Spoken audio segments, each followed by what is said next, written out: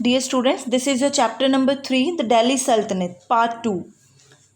What we studied in our first video, we studied about two dynasties, early Turkish rulers, and we say it as slave dynasty also, then Khalji dynasty. In this video, we will be covering other three dynasties, Tughlaq, Sayyid and Lodi dynasty. Slave dynasty, early Turkish rulers. We studied about the history of Qutbuddin Aibak, Iltutmish. Qutbuddin Aibak and Iltutmish both were the slaves. Qutbuddin Aibak was slave of Muhammad Ghori. Iltutmish was slave of Qutbuddin Aibak. Then Razia Sultan, Ghiyasuddin Balban. In Khalji dynasty, we studied about Jalaluddin Firoz Khalji, then Alauddin Khalji. Jalaluddin Firoz Khalji was not a stronger ruler, whereas Alauddin Khalji was very strong leader. Expansion of Alauddin Khalji and economic measures. So the next video will cover about the Tughlaq dynasty. Students, to see that video very carefully. Welcome, Jagdish. So nice to see you again. Hello. You must be JC. Yes, this is my son JC. I hope you don't mind that he came along. No problem. Hi, I'm Alex Rao. Oh, Dad said you're a historian. Oh yes, best job in the world. You know, we are learning about the Delhi Sultanate in history class. That's great. I wrote a paper on the Delhi Sultans. Did you know that the Sultans often appointed slaves to high posts? I thought slaves were only used for doing work, like carrying stones to build pyramids in Egypt. The Delhi Sultanate was different. Sultans purchased special slaves called bandagan, who were carefully trained for important military posts. Bandagan? Yes, it's a Persian word. I don't get it. Why would the sultans use slaves? Good question. You see, sultans trusted their slaves completely. What exactly do you mean by trusted? Well, since the sultans were responsible for taking care of their bandagan, they knew that the bandagan would be loyal to them. It is said that the slaves could be trusted more than one's own son. All the sultans use bandagan? Sultan Iltutmish was best known for using special slaves. What about the other sultans? The Khalji and Tughlaq dynasty continued the use of bandagan and also raised people of low-class birth. I'm sorry I can't answer all your questions, JC. I have work to do now. Yes, Mr. Rao and I have an important business meeting. You can stay here and look at whatever you want. We'll be back soon. Cool. No problem.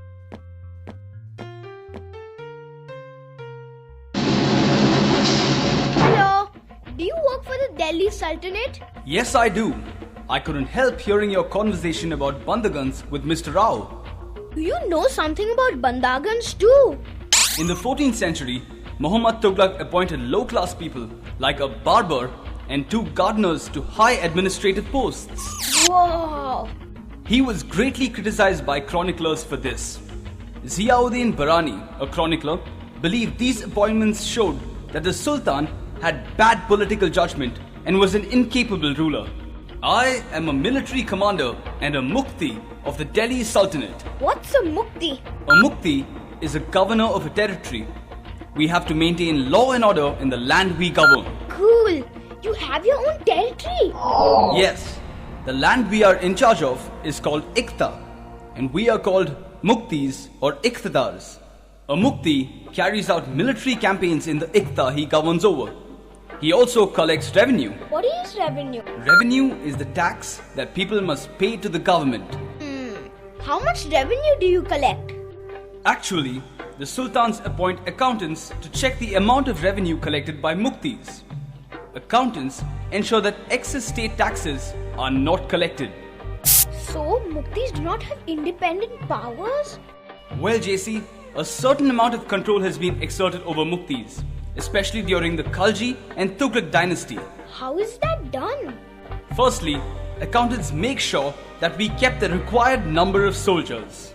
This is to help you carry out military campaigns. Yes, the Khaljis and Tughlaqs also make sure that our posts cannot be inherited by our family. So your son can't be a Mukti. Right. To ensure that Muktis work efficiently, we are rotated often. We are not allowed to stay with one Ikta for long. That seems like too much trouble.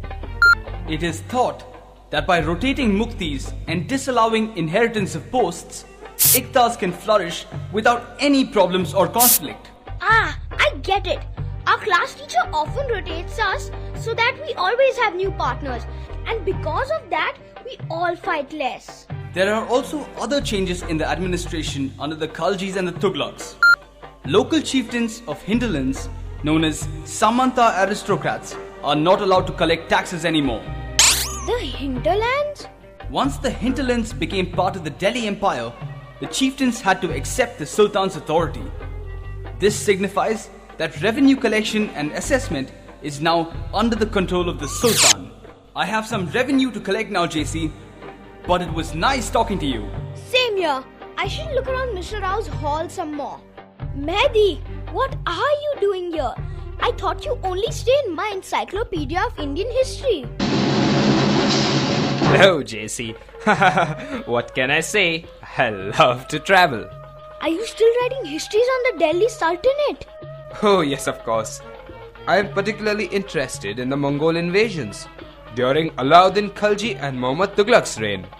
You see, Mongol invasions occurred frequently, and so both Alauddin Khalji and Muhammad Tughlaq maintained huge armies in Delhi. It's interesting.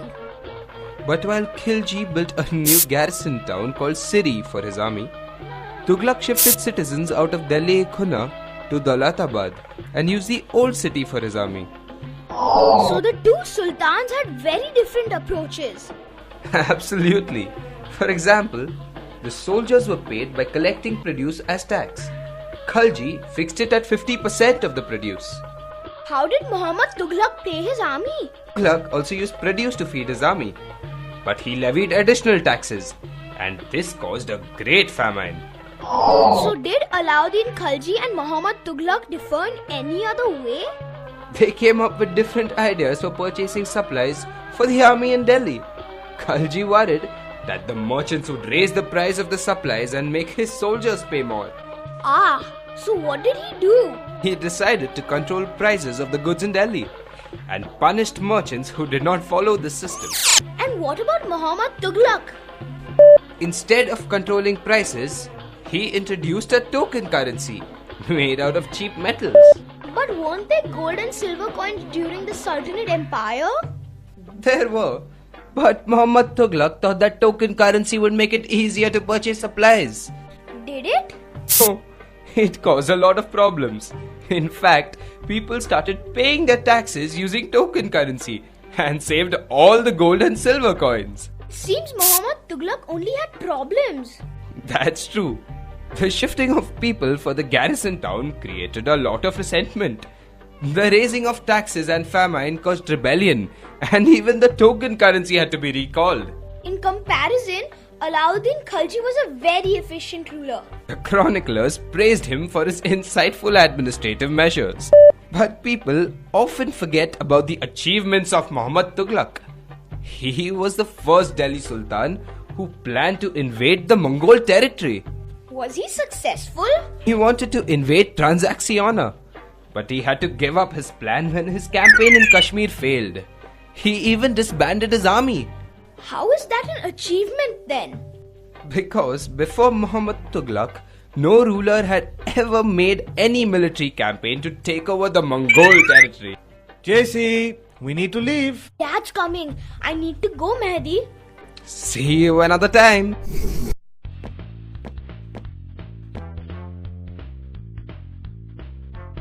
I hope you weren't too bored, JC. Not at all. You have a very cool house, Mr. Rao.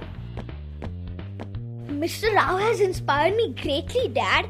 I'm glad I came with. Oh, so you want to be a historian when you grow up? Oh, a Mukti. Mukti? Yeah, that way I can govern Jaideep's room and collect all his pocket money as tax.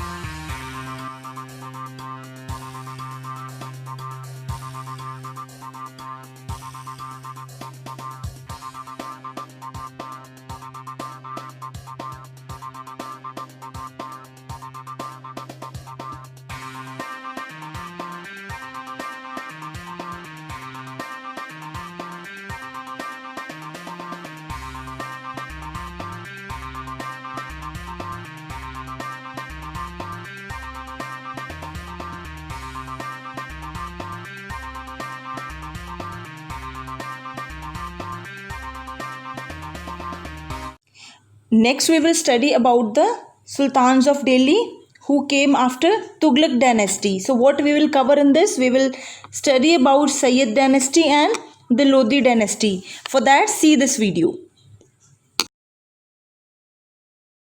Hey JC, here is a surprise for you. Oh, what did you get me? Is it a game CD? Yes, it's a game based on the Delhi Sultanate. Now you have something to do while I am away. I guess I'll see what this game is like. Welcome to the Delhi Sultanate quest. We promise to make history fun. To begin, click on the Start button. I am Muneer, your guide to Delhi Sultanate. Can you identify this place? That's easy. It's the Red Fort. Congratulations, that is correct. I wonder if Muneer can help me with my history homework. Muneer, what happened to the Delhi Sultanate after the Tughlaq dynasty? You mean the 15th and 16th centuries? Exactly. There were two dynasties after the Tughlaqs. The Sayyid dynasty ruled from 1414 to 1451, and then the Lodi dynasty from 1451 to 1526. Both dynasties ruled from Delhi and Agra. Do you know both dynasties inherited an empire that was not very wealthy? Is that so? Because of lack of finances, neither the Sayyids nor the Lodis could build extravagant monuments. So what did they build?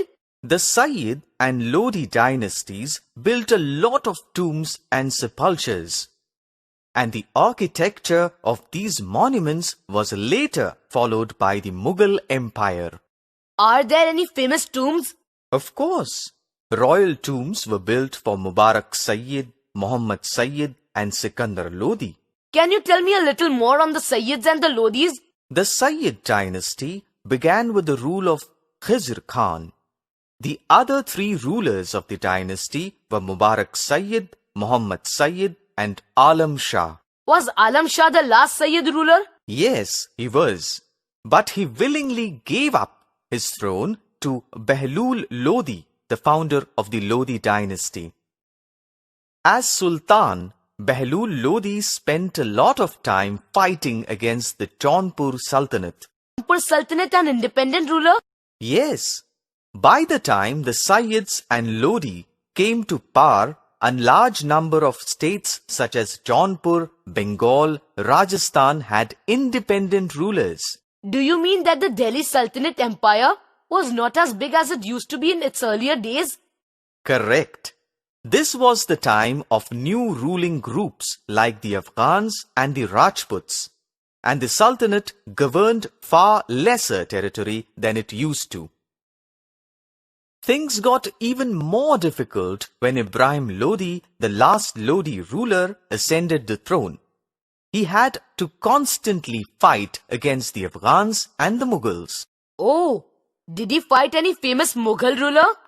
I'm sure you must have heard of Babur. Ibrahim Lodi had to defend his kingdom from Babur. Do you mean Babur the tiger? Yes, Babur ruled a small kingdom called Turkestan from 1483 to 1530. But Turkestan is not even in India. That's right. Babur wanted to expand his territory, and so he attempted to capture Ibrahim Lodi's territory. Welcome to the battlefield that saw the defeat of Ibrahim Lodi. Battlefield? This is the Battle of Panipat, where Ibrahim Lodi lost to Babur in 1526. Muneer, tell me something. You said that Babur only ruled a small territory. That means he must have had a smaller army than Ibrahim. He did have a small army. Then how did Babur win? Although Ibrahim had over 100,000 men, Babur had artillery and cannons. Ibrahim was powerless against Babur's weapons. So with the defeat of Ibrahim Lodi began the rule of the Mughals. Not quite. A ruler called Sher Shah Suri established the Suri dynasty from Delhi in 1540 and ruled till his untimely death in 1545. I've never heard of Sher Shah Suri. He was a soldier of Pashtun or Afghan descent. He got the title of Sher after he single-handedly killed a tiger. So did Sher Shah Suri fight against Babar? No, it was Humayun whom Sher Shah Suri had to battle against, the son of Babar. You see, Sher Shah Suri was a very illustrious man. He rose from the ranks of a private manager of his uncle to an emperor who ultimately defeated Humayun in the battle. Sounds interesting. You must tell me more. The first encounter that Sher Shah Suri had with Humayun was in 1532, when Humayun besieged Chunar. Humayun, however, did not succeed in capturing Chunar. So Sher Shah was very good at defending his territory from the Mughals. That's true. In 1539, Humayun lost to Sher Shah at Chauza, and a year later he suffered defeat at the Battle of Kannauj. Wow! No matter how many times Humayun tried, he could not win against Sher Shah Suri. Do you know that Sher Shah Suri built the Qila Rohtas in 1541 to 1543 to block Humayun's return to India after the Battle of Kannauj? Sher Shah Suri really thought ahead. The Qila Rohtas was also built for another reason: to crush the Gakhars, who were supporters of Humayun. Ironically, the fort became the capital of the Gakhars 10 years later. But despite his conquest, Sher Shah Suri was better known for the changes he introduced in administration. What changes were these? Sher Shah Suri improved the judicial system as well as the tax collection system. He built roads, travelers' inns, rest houses, and even introduced the postal system and the police. Did Sher Shah make any changes in the military? Ah, a smart question. Sher Shah improved upon Alauddin Khalji's military system. He maintained a regular army at all times and checked corruption amongst his soldiers. What did he do to ensure the protection of his kingdom? Garrisons under the command of a Faujdar were maintained at strategic points of the kingdom. This would not only check an enemy attack, but also make for a great defense. As you see, Sher Shah Suri was a very capable ruler. He successfully managed to establish a dynasty after the Delhi Sultanate rule ended. And before the Mughal rule started? You are right as always. After the Suri dynasty started the age of the Mughals. But Sher Shah had a lasting impact on the Mughals. Whoa! That's really neat. Sher Shah Suri's administration was so efficient that Emperor Akbar followed it as a model. Congratulations! You have successfully completed the Delhi Sultanate quest. Your reward is 50 rupees offered by Sher Shah Suri. Ha ha ha! Thanks! I had a lot of fun. And now I can easily do my homework. So JC, did you like the game I gave you? Yeah, thanks a lot, Dad. It's real fun and it helped me to complete my homework on the Delhi Sultanate. It's great that you have something to occupy yourself with, because now at least I can do my work in peace.